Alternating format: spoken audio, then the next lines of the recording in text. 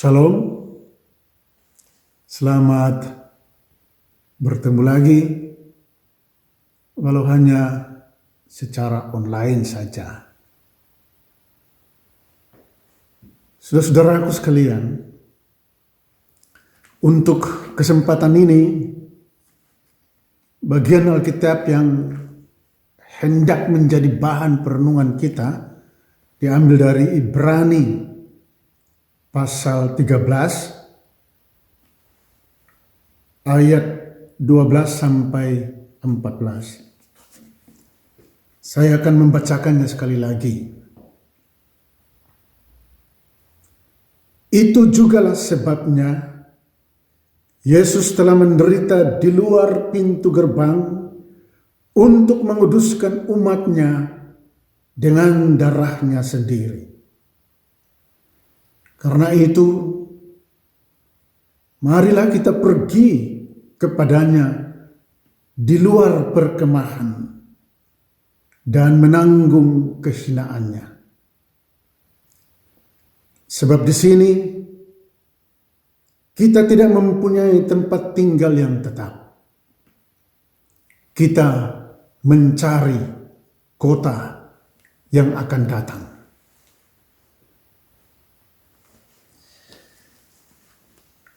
Saudara-saudara, ayat 12 ditulis begini. Itu jugalah sebabnya Yesus telah menderita di luar pintu gerbang untuk menguduskan umatnya dengan darahnya sendiri. Kalau ayat sebelumnya dibaca, yaitu ayat 11, barulah kalimat dalam ayat 12 ini nyambung. Saya baca ayat 11. Ya. Karena tubuh binatang-binatang yang darahnya dibawa masuk ke tempat kudus oleh imam besar sebagai korban penghapus dosa, dibakar di luar perkemahan. Lalu ayat 12, itu jugalah sebabnya Yesus telah menderita di luar pintu gerbang untuk menguduskan umatnya dengan darahnya sendiri. Jadi ada hubungan sebab akibat. Dan dengan begitu juga baru kita bisa mengerti ayat 13 yang ditulis ini. Karena itu marilah kita pergi kepadanya di luar perkemahan dan menanggung kehinaannya. 3 ayat ini di dalamnya kita melihat ada 2 peristiwa yang hendak dibandingkan atau diparalelkan,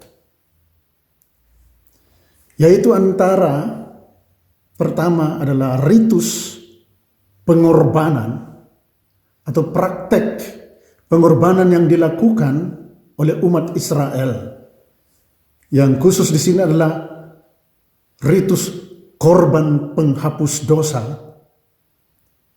dan itu dilakukan secara teratur oleh umat Allah. Mereka melakukannya pada waktu mereka mengembara di padang gurun dari Mesir menuju tanah Kanaan. Jadi perkemahan dan ritus itu yang pertama yang disebut di sini. Peristiwa kedua adalah ritus, katakanlah ritus atau korban penyaliban Yesus yang terjadi sekitar tahun 33 sesudah Masehi, dan itu terjadi di luar, di sini disebut di luar pintu gerbang, Yang dimaksud adalah pintu gerbang tembok Yerusalem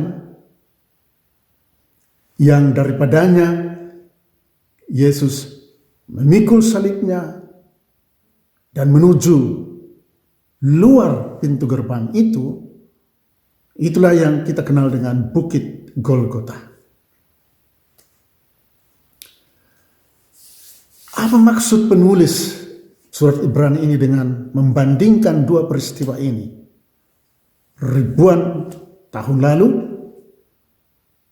dan peristiwa yang terjadi tahun 33 sesudah Masehi itu. Lalu apa sebenarnya yang mau disampaikan? Yang waktu itu surat Ibrani ini ditulis kurang lebih tahun 65 sesudah Masehi. Dan yang menjadi pembaca atau tujuan dari surat Ibrani ini adalah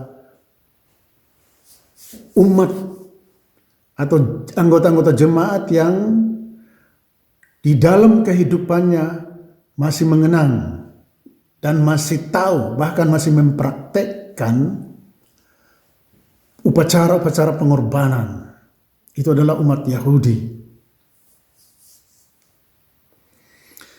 Saudara-saudaraku, kita mencoba melihat apa makna dari dua peristiwa ini dan hubungannya satu sama lain. Untuk memahami itu kita perlu memahami tata letak dan prosedur upacara pengorbanan khusus penghapusan dosa, korban penghapusan dosa yang dilakukan dalam kehidupan umat Allah waktu itu. Dan catatan tentang ini dapat dilihat, misalnya tata letak kemah, itu dapat dilihat dalam kitab Keluaran. Dia rinci di situ. Keluaran 25 sampai 30.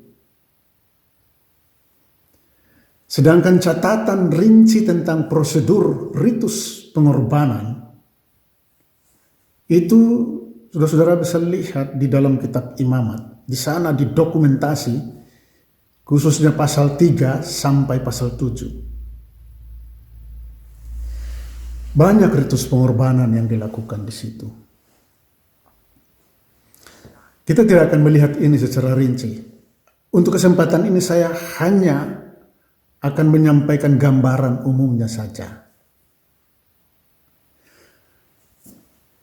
Yang saya pahami dari catatan-catatan itu adalah di dalam pengembaraan umat Israel, umat Allah dari Mesir ke Kanaan, selalu ada waktu mereka untuk istirahat.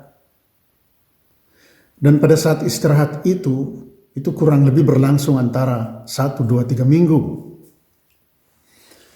Pada saat itu mereka harus membentangkan kemah. Jadi adalah satu lokasi besar sekali ya, yang di situ mereka harus berkemah.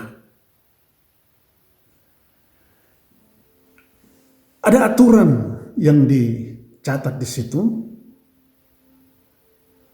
bahwa di dalam perkemahan itu ada kemah utama yang disebut dengan kemah suci. Jadi kemah kudus atau kemah suci yang dikelilingi dengan pagar pembatas. Ada pagar dan hanya ada satu pintu. Di dalam kemah suci ini terdapat mesbah untuk korban bakaran, bejana pembasuhan, juga ada satu ruang khusus yang sering juga disebut dengan tabernakel.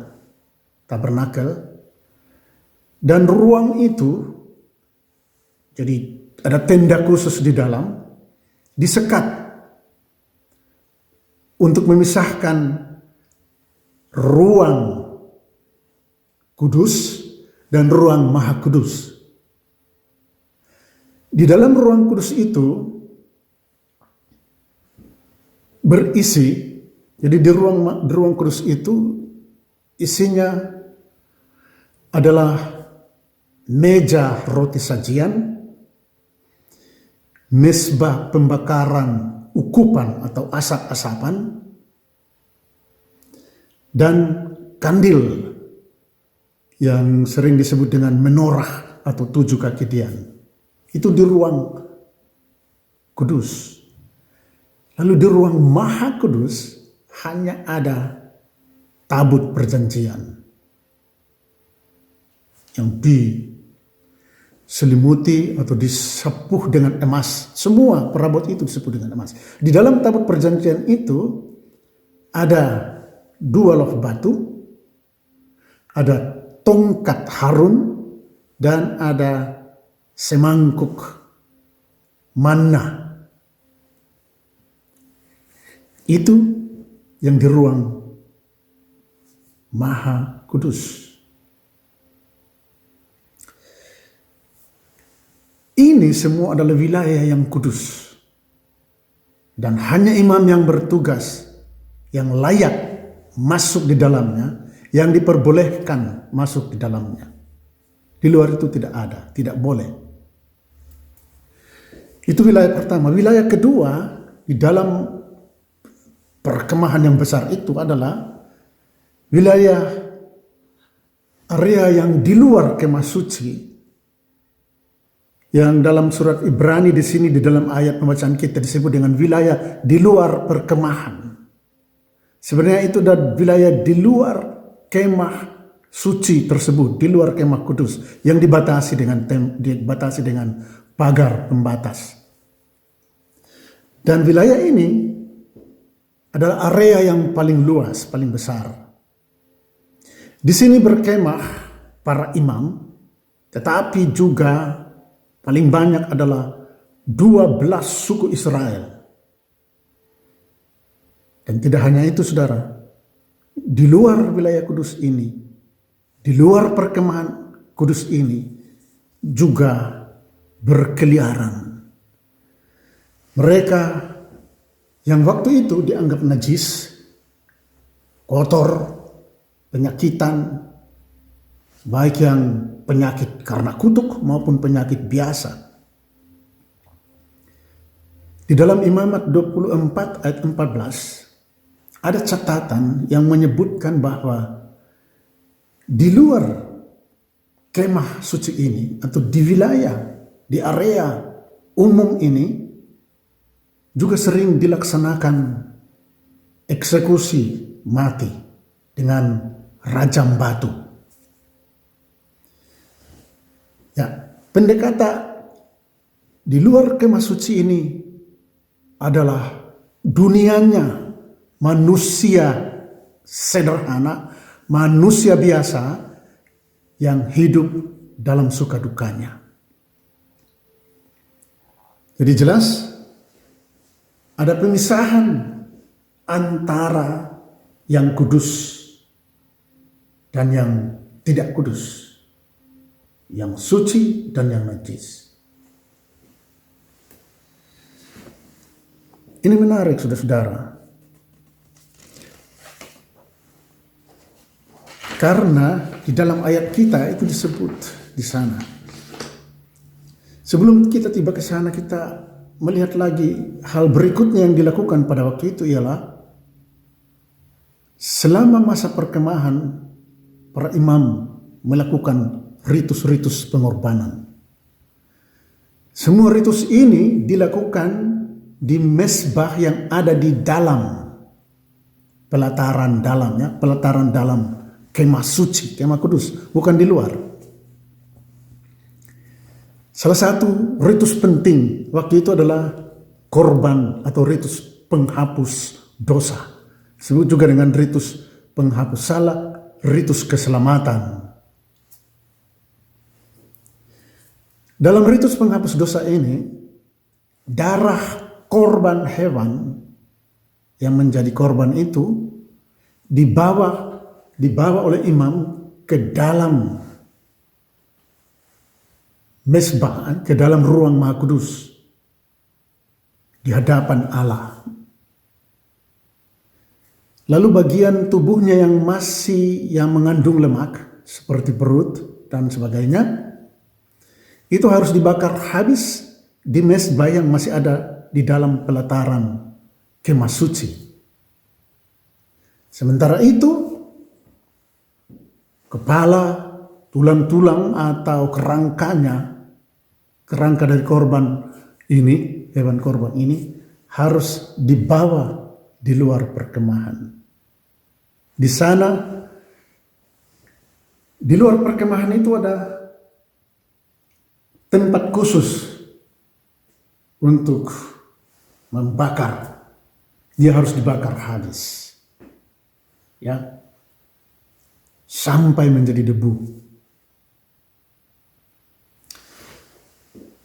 Saya harap saudara bisa melihat, mulai mengerti mengapa dalam surat Ibrani pasal 13 ayat 12 ini ditulis, itu jugalah sebabnya Yesus telah menderita di luar gerbang untuk menguduskan umatnya dengan darahnya sendiri. Ada perbedaan.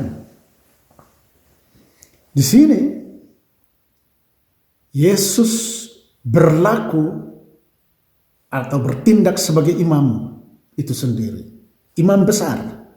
Ya, dia adalah imam besar kita.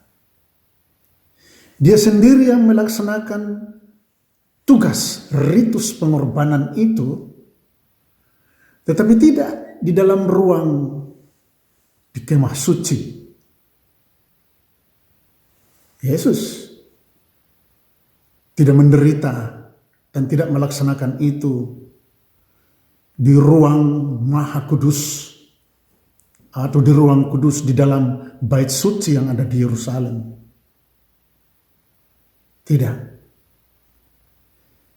Ia melaksanakan pengorbanan itu di sana, di luar perkemahan, di luar bait suci, di sana, di Golgota, di situ, di tengah penderitaan manusia, ia hadir. Mesbah yang kepadanya Yesus melakukan pengorbanan itu tidak di pelataran suci, tidak di pelataran kemah suci, tetapi di arena pergulatan hidup saudara dan saya. Di tengah-tengah kehidupan Anda dan saya yang berlumur dosa ini, yang penuh cacat dan celah ini, Yesus adalah Allah. Ya, dengan begitu kita mengerti bahwa Yesus adalah Allah yang turut menderita bersama manusia. Yesus adalah Allah yang tidak hanya tinggal dan berdiam diri di tempat kudusnya, tetapi dia berada di tengah-tengah umatnya.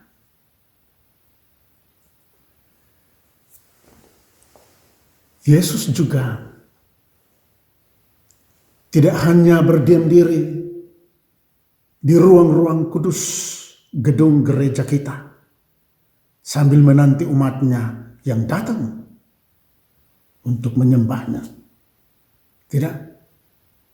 Dia tidak hanya di sana. Dia ada di luar sana. Dia ada di tengah pergumulan hidup manusia. Di tengah penderitaan anak-anaknya. Yesus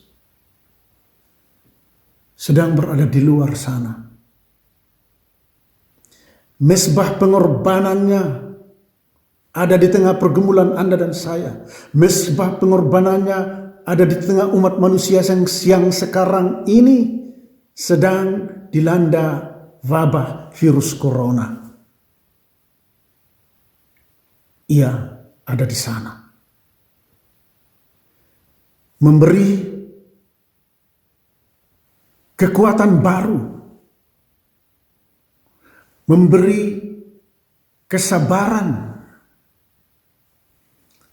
pada mereka, pada tenaga-tenaga medis yang sedang berjuang dan berusaha mempertahankan hidup mereka yang sudah sekarat. Yesus ada di sana.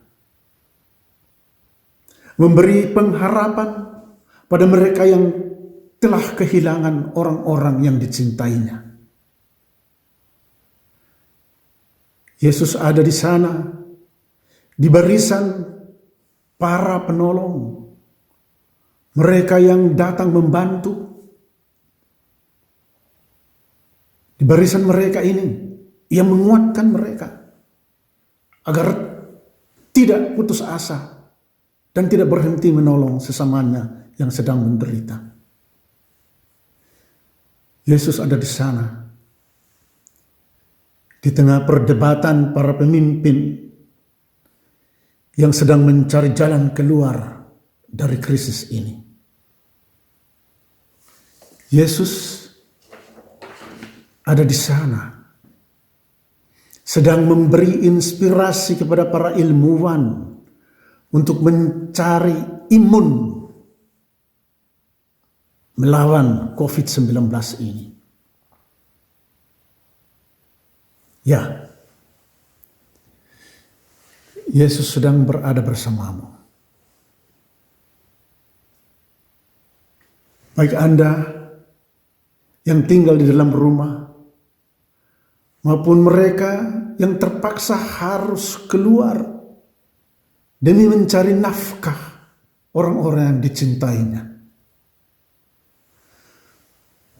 Saudara-saudaraku, firman Tuhan hari ini, khususnya dalam ayat 13, mengajak kita juga. Ada ajakan yang besar. Saya baca. Karena itu, karena apa? Tadi, karena Yesus menderita di luar sana. Yesus menanggung, memikul salibnya di luar sana. Keluar dari kemah suci itu. Karena itu, kata ayat kita selanjutnya, marilah kita pergi kepadanya di luar perkemahan dan menanggung kehinaannya. Apa maksudnya menanggung kehinaan? Ikut menderita bersamanya. Itu yang namanya pikul salib. Jadi maksudnya jelas. Kita seharusnya tidak tinggal diam, menikmati kenyamanan sendiri, keselamatan sendiri, tetapi ikut bersamanya di luar sana, memikul salib, berjuang, melawan segala kuasa-kuasa jahat. Kita harus bersama Yesus. Walau harus menanggung derita. Karena memang mereka yang memperjuangkan hidup, yang melawan kematian itu, selalu mengalami derita.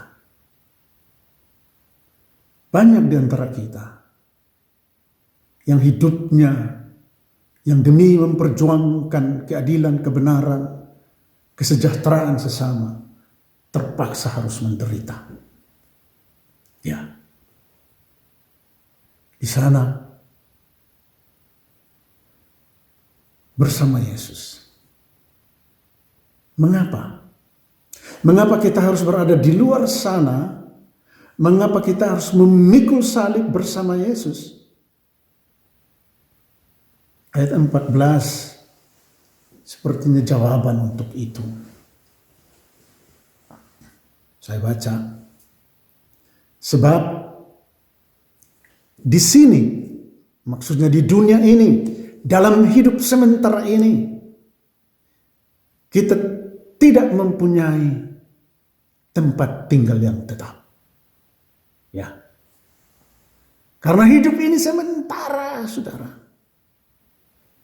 Ini bukan tempat tinggal kita yang tetap. Jadi di dunia ini, kehidupan kita sementara ini, itu juga kan disaksikan oleh pemazmur.